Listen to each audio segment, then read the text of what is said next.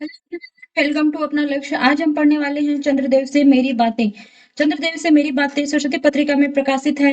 और इस कहानी को पत्रात्मक शैली में लिखा गया है, व्यंग्यात्मक है, लॉर्ड कर्जन पर व्यंग्य है।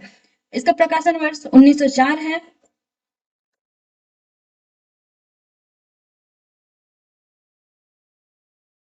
तो चलिए हम कहानी को स्टार्ट करते हैं। चंद्रदेव से मेरी बातें। भगवान चंद्रदेव, आपके कमलवंत कोमल चरणों में इस दासी का अनेक बार प्रणाम। आज मैं आपसे दो चार बातें करने की इच्छा रखती हूँ। क्या मेरे प्रश्नों का उत्तर आप प्रदान करेंगे? और यहाँ से यहाँ तक इम्पोर्टेंट है, आप इसे हाईलाइट करते चलिएगा। कीजिए, बड़ी कृपा होगी। देखो, सुनी अनसुनी सी बात मत कर जाना। अपने बड़प्पन की ओर ध्यान देना। अच्छा, कहती हूँ, सुनो। मैं सुनती हूँ आप इस आकाश मंडल में चिरकाल से वास करते हैं। क्या यह बात सत्य है? यदि सत्य है तो मैं अनुमान करती हूँ कि इस सृष्टि के साथ ही साथ अवश्य आपकी भी सृष्टि हुई होगी। तब तो आप ढेर दिन के पुराने बूढ़े कहे जा सकते हैं। आप इतने पुराने हैं तो सही, आप इतने पुराने हैं तो सही, पर काम सदा से एक ही और एक ही स्थान से करते आते हैं। यह क्या, क्या आपका डिपार्टमेंट में ट्रांसफर मीन्स बदली होने का नियम नहीं है? और यह इंपॉर्टेंट लाइन है, हाईलाइट करते चलिएगा। क्या गवर्नमेंट पेंशन भी नहीं देती? बड़ी खेद की बात है। यदि आप हमारे न्यायशीला गवर्नमेंट के किसी विभाग में सर्विस कर रहे होते करते होते, अब तक आपकी बहुत पदोन्नति हो गई होती और ऐसी पोस्ट पर रहकर भारत के कितने ही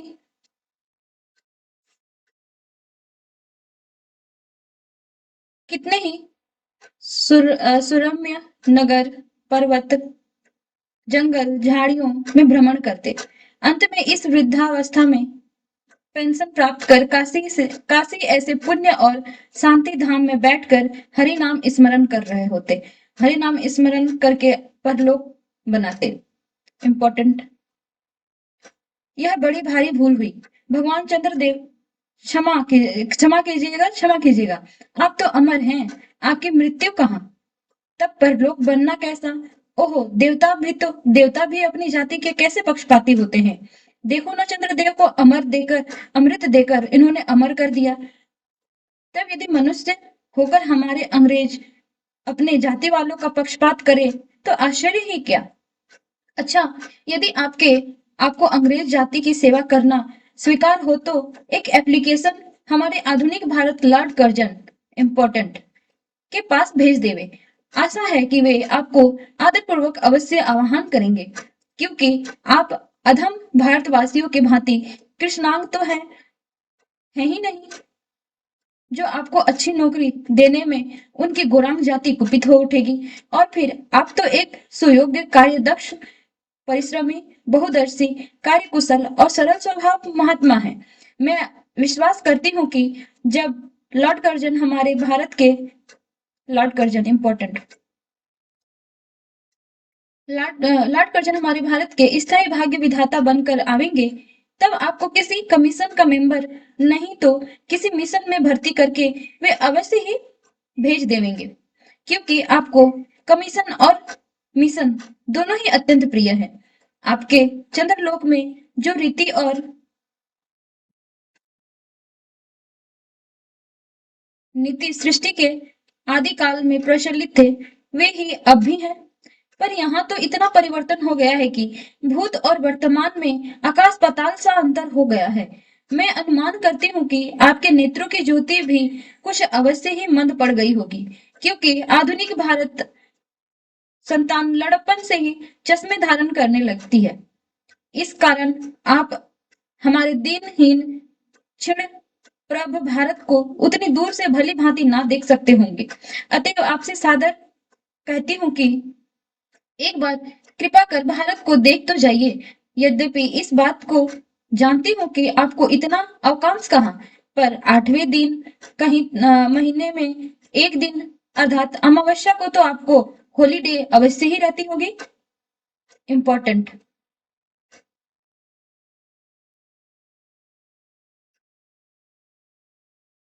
यदि उस दिन चाहे तो भारत भ्रमण कर जा सकते हैं। इस भ्रमण में आपको कितने ही नूतन दृश्य देखने को मिलेंगे, जिसे सहसा देखकर आपकी बुद्धि जरूर चकरा जाएगी। यदि आपसे सारे हिंदुस्तान का भ्रमण शीघ्रता के कारण ना हो सके, तो केवल राजधानी कोलकाता इम्पोर्टेंट देख लेना तो अवश्य उचित है। यहाँ के कल कारखाने को देखकर आपको यह अवश्य ही कहना पड़ेगा कि यहाँ के कारीगर तो विश्वकर्मा के भी लड़क दादा निकले। यही क्यों आपकी प्रिय सहयोगिनी दामिनी, जो मेघों पर आरोहण करके आनंद से अटखेलियां किया करती हैं, वह बेचारी भी यहाँ मनुष्य के हाथों का खिलौना हो चुकी है, खिलौना खिलौना हो रही है। भगवान निशानाथ, जिस समय आप अपनी निर्मल चंद्रिका को कटोर बटोर मेघमाला अथवा पर्वतों की ओट में सिंधु की गोद में जा सकते हैं, उस समय यही नीरद वासिनी विश्व मोहिनी सौदामिनी अपनी उज्जवल मूर्ति से आलोक प्रदान कर रात को दिन बना देती हैं।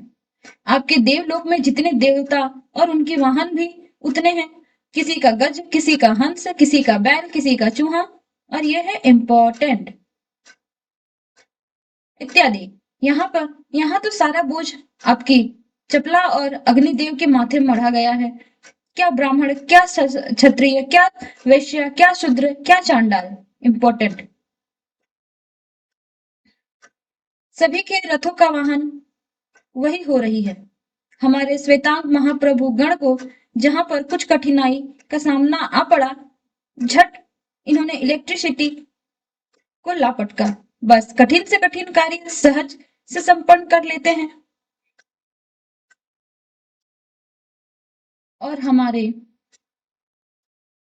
यहाँ के उच्च शिक्षा प्रद युवक काठ के पुतलों की भांति मुंह ताकते रह जाते हैं। जिस व्योमवासिनी विद्युत देवी को स्पर्श तक करने का किसी व्यक्ति का साहस नहीं हो सकता, वह यहाँ पराये घर में आश्रिता नारियों की भांति ऐसे दबाव में पड़ी है कि चू तक नहीं कर सकती। क्या करे, बेचारी के भाग्य में विधाता ने दासी वृत्ति ही लिखा था। हरिपदोद्भवा त्रिलोक के पावनी सुरसरी के भी खोटे दिन आए हैं। वह भी अब स्थान स्थान में बंधनग्रस्त हो रही हैं। उनके वक्षस्थल पर जहां तहां मोटे वृहद वृहदाकार कार खंबा गाड़ दिए गए हैं। कलकत्ता आदि को देखकर आपके देवराज सुरेंद्र भी कहेंगे कि हमारे अमरावती तो इसके आगे निरी फीकी सी जान पड़ती है। वहां इंडियन गार्डन तो परिजात परिशोभित नंदन कानन को भी मात दे रहा है। वहां के विश्वविद्यालय विश्व श्रेष्ठ पंडित की विश्व व्याधिनी विद्या को देखकर वीणा पाणिनि सरस्वती देवी भी कहने लग जाएंगी कि निसंदेह इन विद्या दिग्गजों की विद्या चमत्कारिणी है।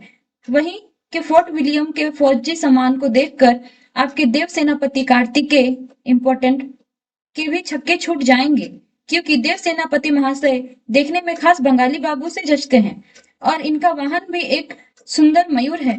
बस इससे उनके वीरत्व का भी परिचय खूब मिलता है। वहां के मिंट यानी कि टकसाल को देखकर सिंधु तन्या आपकी प्रिय सहोदरा कमला देवी तथा कुबेर भी अकचका जाएंगे। भगवान चंद्रदेव इन्हीं सब विश्वमय उत्पादक अपूर्व दृश्यों का अवलोकन करने हेतु आपको सादर आमंत्रित तथा सविनय आहूत करती हूँ। संभव है कि यहाँ आने से आपको अनेक लाभ भी है। आप जो अनादिकाल से निज उज्जवल वपु से कलांग की कालिमा लेपन करके कलंकी शशांक शशधर ससलांछन आदि उपाधि मालाओं से भूषित हो रहे हैं, सिंधु कन्या होने पर भी जिस कालिमा को आप आज तक नहीं धो सके, वहीं आजन्म कलंक शायद यहाँ के विज्ञानविद पंडितों की चेष्टा से छूट जाए। जब मुंबई में स्वर्गीय महारानी विक्टोरिया देवी की प्रतिमूर्ति में काला दाग छुड़ाने में प्रोफेसर गज्जर महाशय इम्पोर्टेंट भलीभूत हुए, तब क्या आपके मुख की कालिमा छुड़ाने में वे भलीभूत ना होंगे?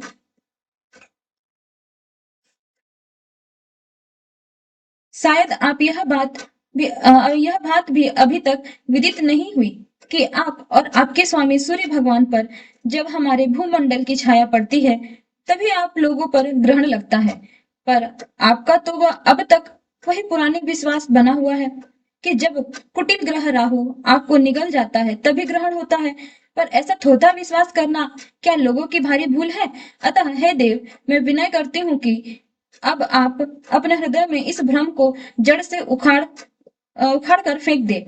जब भारत में ना तो आपके स्वामी भुवन भास्कर सूर्य महाशय के वंशधरों का साम्राज्य है और ना अब भारत की वह सस्य श्यामला स्वर्ण प्रसूता मूर्ति ही है। अब तो आप लोगों के अज्ञान एक अन्य द्वीप वासी परम शक्तिमान गौरांग महाप्रभु इस सुविशाल भारतवर्ष का राज्य वैभव भोग रहे हैं। अब तक मैंने जिन बातों का वर्णन आपसे स्थूल रूप में किया, वह सब इन्हीं विशारद गौरांग प्रभुओं के कृपा कटाक्ष का परिणाम है। यूं तो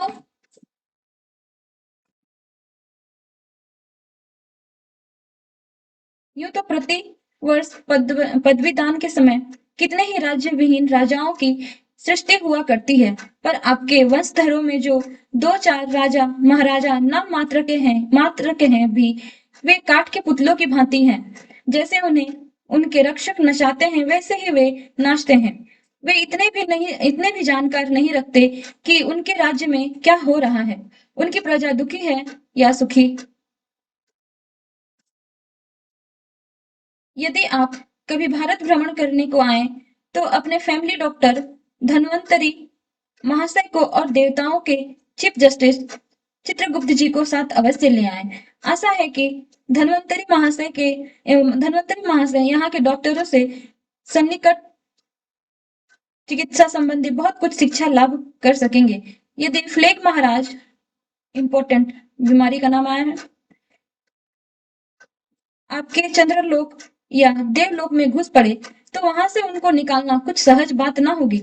यदि जब चिकित्सा शास्त्र के बड़े बड़े पारदर्शी उन पर विजय नहीं पा सकते, तब वहां आपके देवलोक में जड़ी बूटी के प्रयोग से क्या होगा?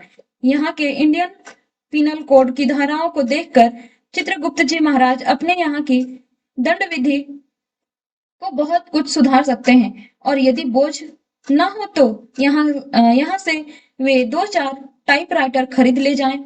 जब फ्लेग महाराज के अपार अनुग्रह के उनके ऑफिस में कार्य की अधिकता होवे, तब उससे उनकी राइटर्स बिल्डिंग्स के राइटर्स के नाम से बहुत ही सुविधा और सहायता पहुंचेगी। वे लोग 2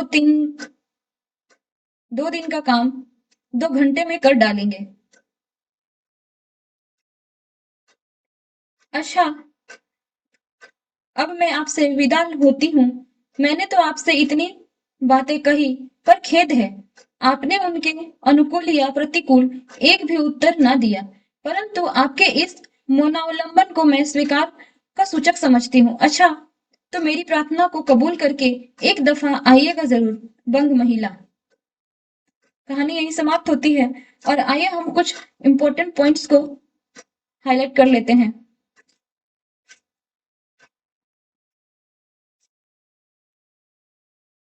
इसे आप नोट कर सकते हैं पॉइंट वाइज, किस पत्रिका में प्रकाशित है और किसको किसको व्यंग करके लिखा गया है, किस शैली में है और किस पत्रिका में प्रकाशित है।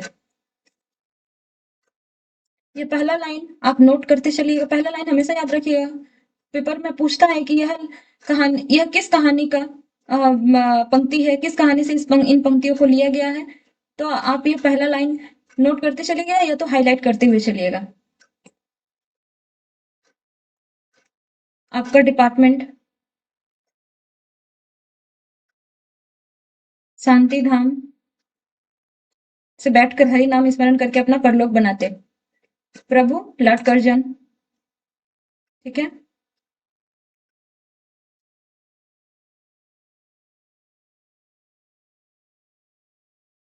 इस वीडियो के नीचे डिस्क्रिप्शन बॉक्स में टेलीग्राम का लिंक होगा, आप वहां जाकर जुड़ सकते हैं और वहां से इस कहानी को डाउनलोड कर सकते हैं और यूनिट 7 की सारी कहानियां नाटक वहां से डाउनलोड कर सकते हैं और डाउनलोड करके प्रिंट आउट भी निकलवा सकते हैं और उसे निकाल कर आप हाईलाइट करके पढ़ सकते हैं।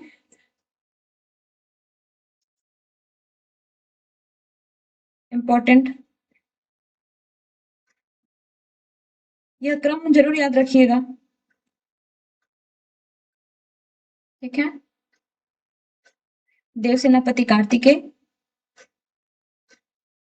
प्रोफेसर गज्जर महाशय,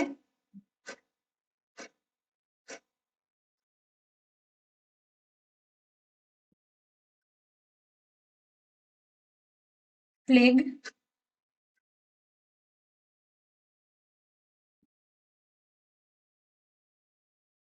इंडियन पिनल कोड,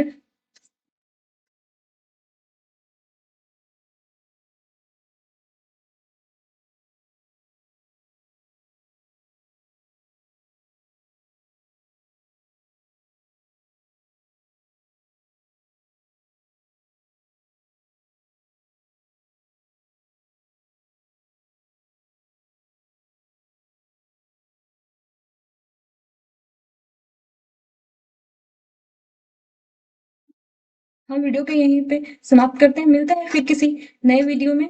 धन्यवाद।